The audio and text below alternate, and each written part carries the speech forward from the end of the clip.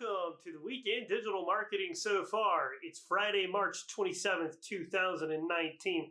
And folks, we are still reeling from the coronavirus pandemic. We're getting started like we do every week over on YouTube. In YouTube news, YouTube is reducing video quality down to standard definition for the next month in order to help networks accommodate all the people working from home. Now let's dive into Google. Google's search volume is changing wildly. Searches for things that people typically don't look for this time of year or typically don't look for in large volumes are spiking. For example, how to cut your own hair or home fitness equipment, things like treadmills and stuff like that are getting tons of searches on Google right now.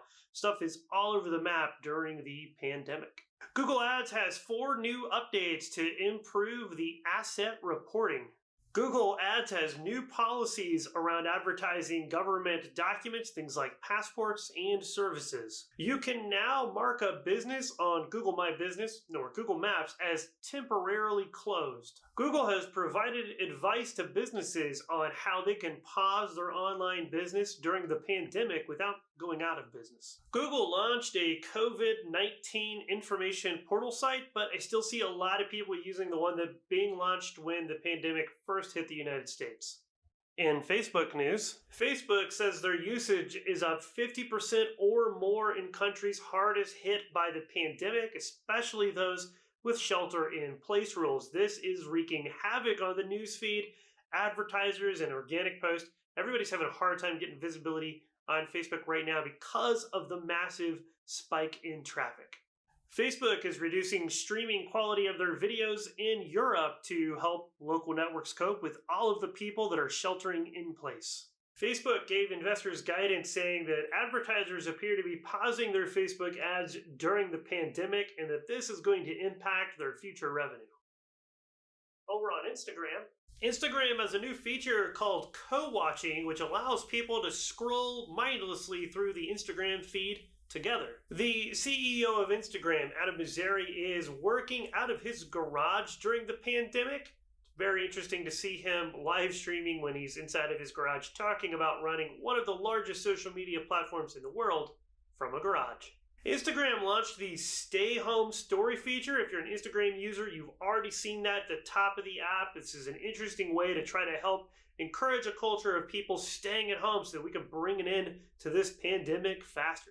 We take you now to Bing. Bing has adopted the special announcement schema.org markup that Google created at the beginning of the pandemic to help notify of changes via schema.org for businesses that are impacted and events and stuff like that that are impacted by the COVID-19 pandemic.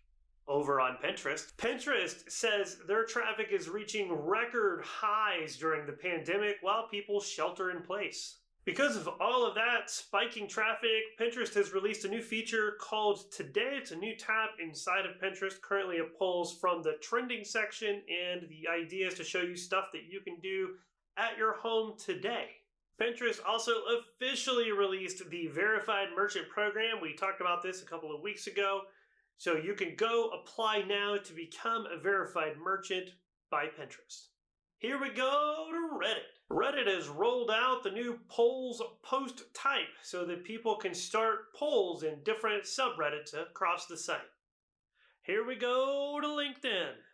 LinkedIn has suggested 4 different types of posts that you can make during the coronavirus pandemic. Over on Twitter. Twitter is prioritizing COVID-19 tweets that are from verified members of Twitter. A fascinating article on ProPublica details exactly how China built a Twitter propaganda machine by hacking and creating fake accounts and is unleashing that propaganda machine to try to convince people that they are not at fault for the COVID-19 pandemic.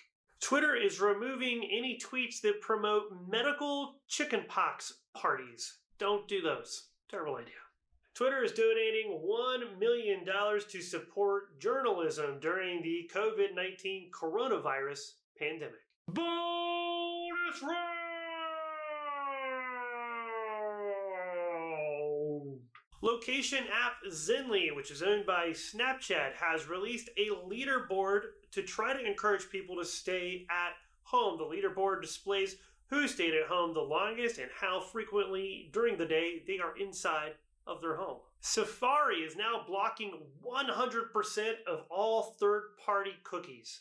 Yelp and GoFundMe have teamed up together to help people donate to small businesses like locally owned independent restaurants that are struggling during the pandemic. So go to Yelp, look up your favorite business, and donate directly to them via GoFundMe. Amazon is asking affiliates in India to stop sending them website traffic while they catch up on essential products during the pandemic. That's it for the weekend digital marketing so far. I know that you're at home and you got a million other things to do, but thank you so much for tuning into this video while you're working from home and catching up on all the latest in digital marketing right here on this video series. We've been doing this for 30 some weeks now. And we're going to keep doing it. I'm going to keep working really hard to do it and make these videos for you, even with the weight of this global pandemic bearing down on all of us. Now, this video went pretty fast, I think. This may not have been everything that happened. I am tweeting stuff in real time as much as I can, so follow me on Twitter at YoungBloodJoe if you think I may have missed something. Also, if you like this video, please go down below, give it a big old thumbs up. And if you haven't already, maybe consider subscribing to the channel or just going down and leaving a comment, talking to me. Let me know how you're doing during the pandemic. Are you still employed or are you unemployed? Are you looking? Anything. Just let's talk, let's have a conversation, and let's work with each other to get through this horrific crisis we all find ourselves embroiled in right now. I'll talk to everybody next week.